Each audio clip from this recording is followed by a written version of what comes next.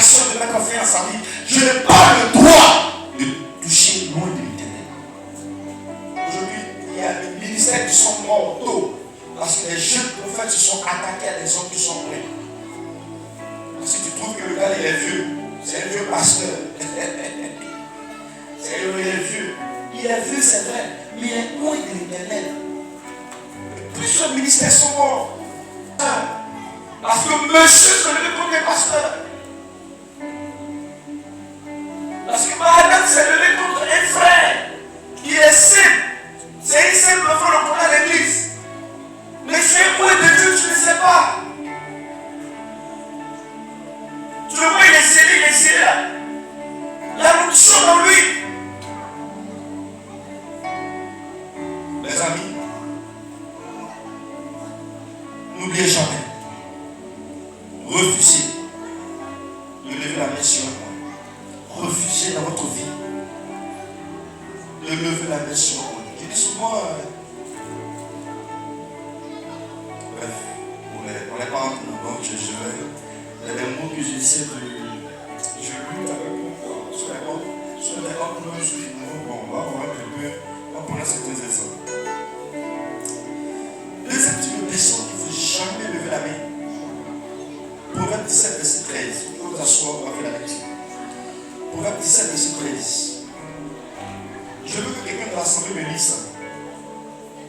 Proverbe 17, verset 13. Ce deuxième point, cette deuxième personne, je vous assure que tu sois chrétien ou pas, ça va te suivre partout. Lisons. Proverbe 17, 13. Quelqu'un a vu? Quand tu peux lire? 17, verset 13. Oui. De celui qui rend le mal pour le bien, oui. Le mal ne quittera point la maison. Attention, reprends encore. De celui qui rend le mal pour le bien, le mal ne quittera point la maison. Reprends encore. De celui qui rend le mal pour le bien, le mal ne quittera point la maison. Les amis, le mal ne va jamais s'éloigner de la maison de celui qui rend le mal pour le bien. Jamais.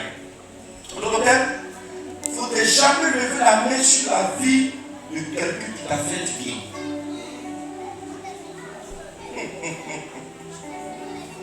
Est-ce que vous m'entendez? Quelqu'un qui t'a fait du bien, il ne faudrait jamais lever la main sur sa personne. C'est jamais. Aujourd'hui, le monde est rempli de gratuité, de gratitude, des gens qui sont ingrats, des gens qui oublient le bienfait que telle personne a fait. Et il ose lever la voix. Il ose lever la main sur quelqu'un qui a fait du bien. Comment ne pas voir le malheur de telle maison? La Bible est claire. Le malheur ne peut pas s'éloigner de la maison de quelqu'un qui rend le bien par le mal. Jamais. Comme c'est dit, les gens vont faire du bien dans notre relation de mariage. Peut-être en faisant du bien, en voulant faire du bien, ils ont fait par exemple des erreurs qui vous ont, par exemple, vous ont peut-être frustré. N'oubliez pas le bien qu'ils ont fait. Je reprends. Dans toute organisation, ça ne peut pas être tout rose comme vous le souhaitez. Et vous êtes dit bon, comme ça, comme ci, comme ça. Et puis peut-être l'autre, on vous tellement bien faire. Mais l'intention c'était de vous faire du bien. N'oubliez pas le côté bien.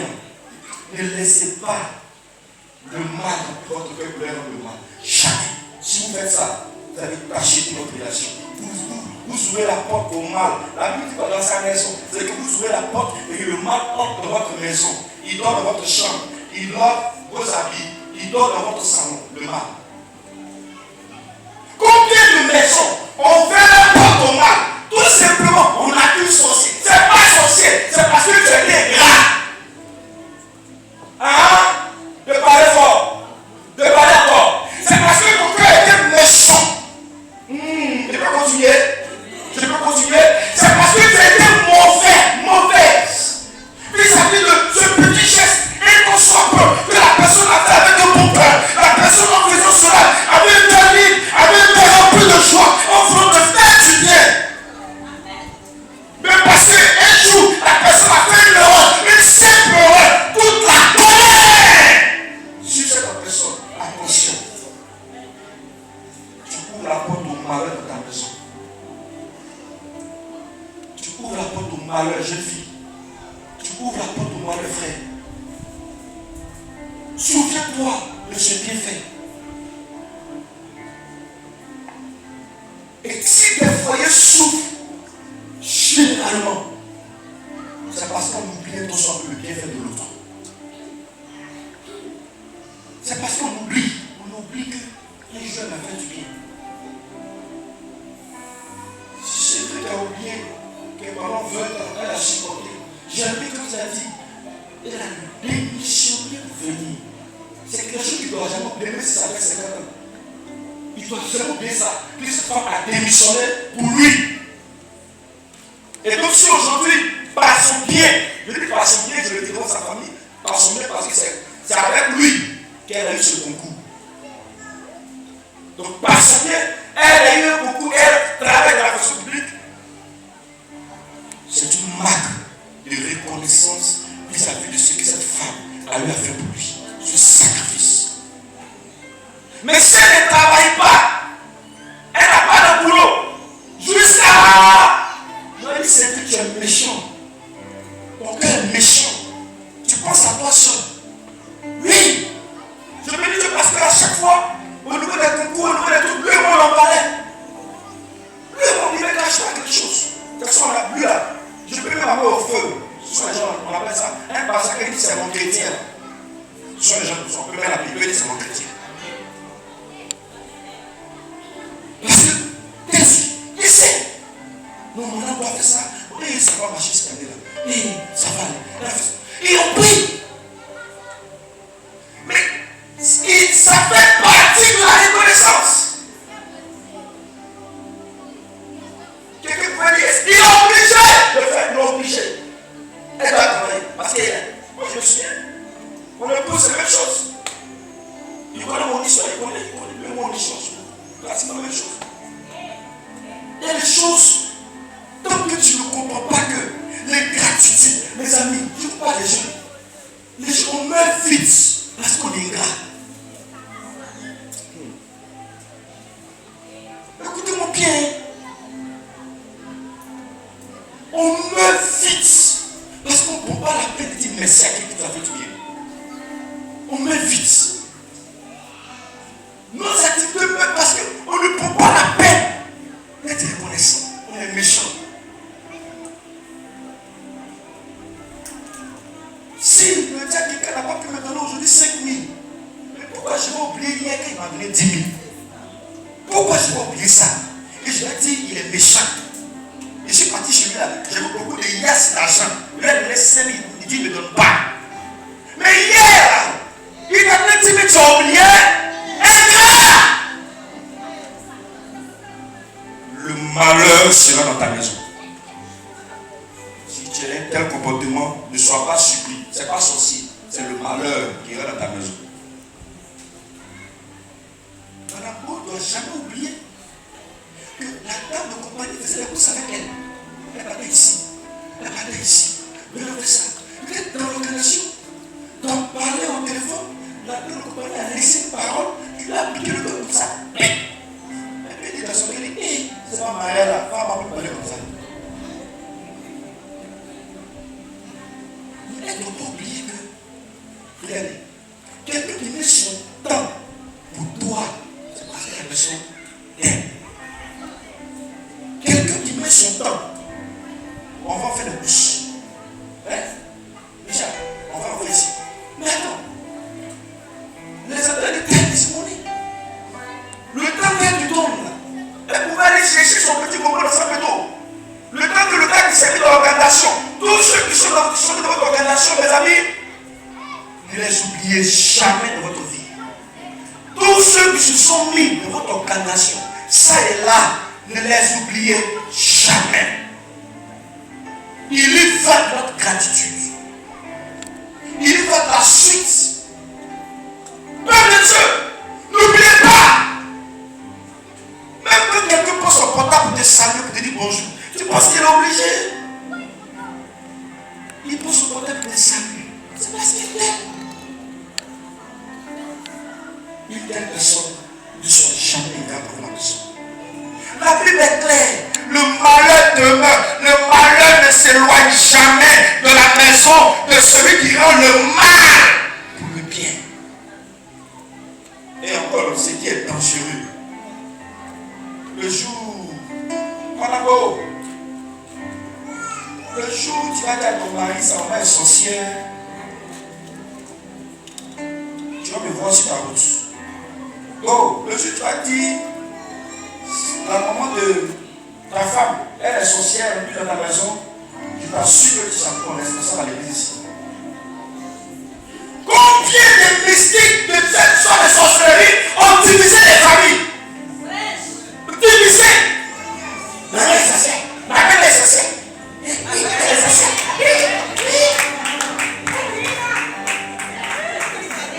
Elle est venue. Lui, elle est venue. Lui, oh, mon enfant l'a touché. Il ne faut pas toucher mon enfant.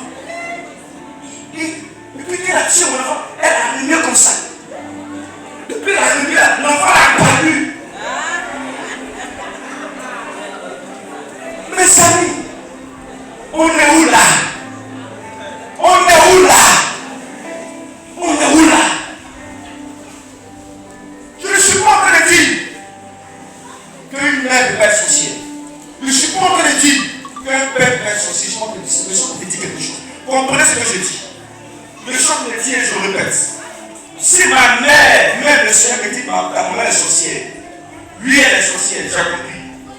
C'est l'esprit que je combats. C'est l'esprit que je lis. C'est l'esprit que je chasse.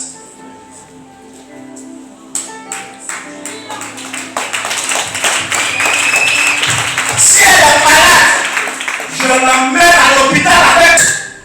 Le combat est spirituel. Je vais la saluer.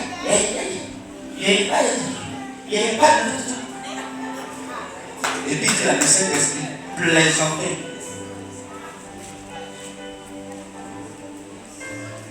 Ma maman est malade, je sais qu'elle est sorcière. Elle m'a appelé, elle est malade. Seigneur, je vais emporter ça. Elle peut être manipulée par l'esprit. Nous voulons m'attaquer. Je sanctifie ce terrain. La Bible dit, tout est pur pour celui qui est pur. Ce terrain, je le sanctifie. Et si c'est par là qu'elle veut m'attaquer, que ce soit le moyen de sa conversion au nom de Jésus. Maman, tu as donné combien? 10 000. Voici le dépôt. Pas les 10 000. C'est ça, un chrétien. Mais les gens laissent leur maman mourir à l'hôpital parce qu'elle est sorcière. Ah! Wouhou! Tu es où ça? Tu es dit où? La femme, sa maman est sorcière. Les femmes, vraiment, c'est vous qui fatiguez même. Vous les femmes. Vous les femmes, vous fatiguez. Vous nous fatiguez. Vous nous fatiguez. Vous nous fatiguez.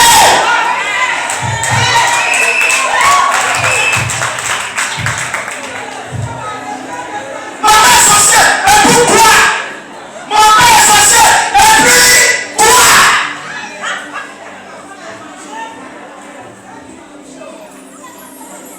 Ce qui me fait mal souvent, pour vous, on ne voit pas. C'est ta maman, là, on vient à la maison, elle a chez moi. Quand tu as accouché, c'est ta maman qui est là. Elle est la sorcière. Elle est la sorcière aussi. Hein? Est-ce que je peux parler encore même? Je peux parler encore. Le malheur entre nos maisons. Parce qu'on n'a pas pris conscience qu'on devait répondre le bien. Lorsque elle te met au monde, elle t'a fait du bien. Elle t'a mis au monde. Elle t'a fait du bien. Elle ne t'a pas voté. Dans la sorcellerie là, elle t'a pas voté. Dans la sorcellerie là, elle va te manger, non? Elle t'a pas voté pour te manger. Quand tu as eu 1 an, elle t'a pas tué pour faire sacrifice pour te manger. Quand tu as eu 2 ans, chaque chrétien, chaque responsable, chaque homme, mettez cailloux dans vos oreilles lorsque vos femmes disent vos mamans elles sont sorcières. Mettez cailloux dans vos oreilles avec où? Ça il vous dit. Si on vous dit, pasteur, laissez-moi dire.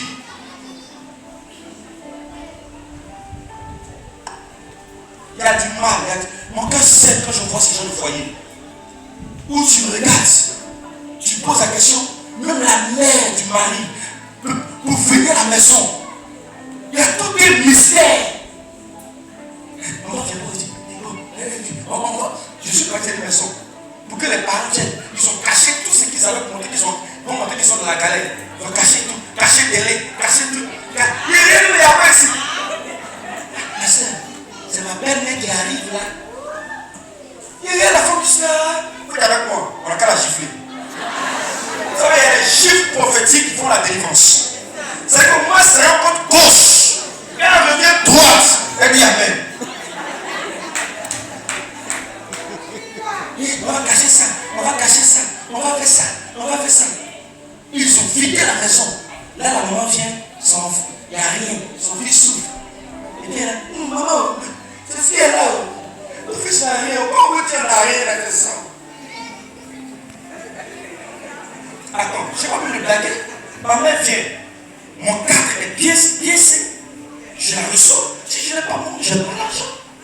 Pourquoi je vais mentir? Je suis chrétien ou pas? Je n'ai pas l'argent. Je n'ai pas mon, je peux te donner, je ne peux pas te donner tel montant, mais je peux te donner tel montant. C'est clair.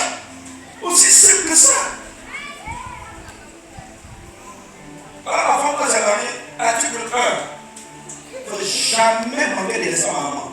Article 2, même si maman te regarde qu'elle est sorcière, elle est maman. Article 3, ma mère, c'est ta mère.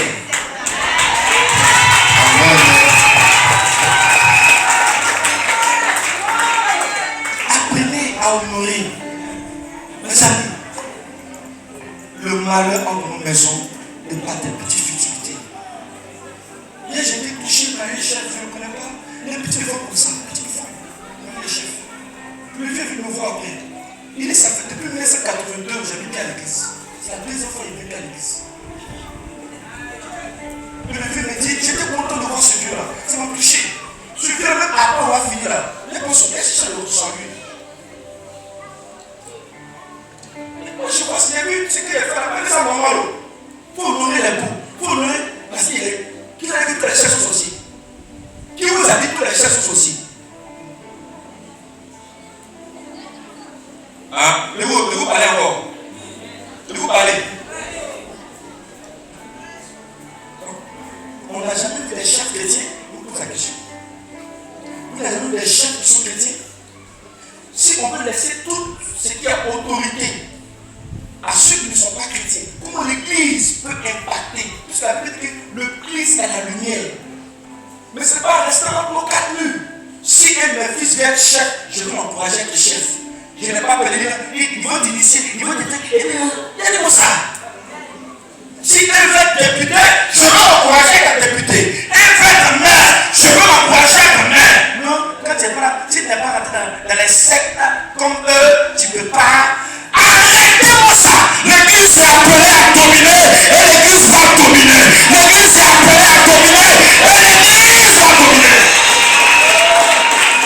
Ma prière, c'est de voir nos fils, des chrétiens qui arrivent à la direction du trésor, c'est un chrétien. Qui arrive aux impôts, c'est un chrétien. Qui arrive où ça encore, c'est un chrétien. Nous voulons que l'église impacte.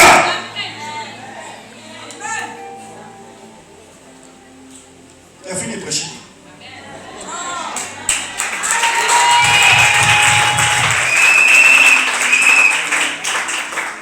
Tu vas te lever avec moi, on va prier.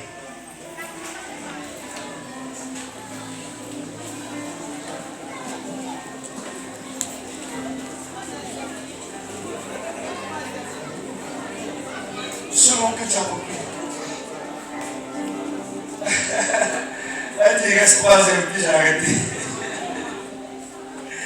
Bon, mais pendant qu'on arrête, on va aller plus vite. 3e. Vous voulez que vous donner?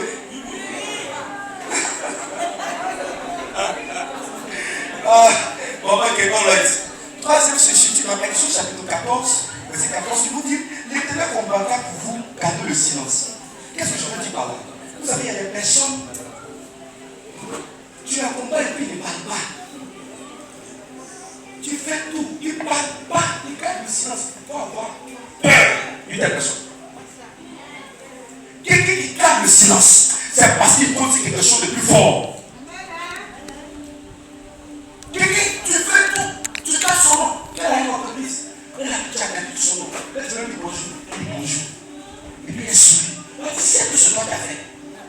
Mes amis, ne combattez pas une personne qui est silencieuse, qui ne parle pas.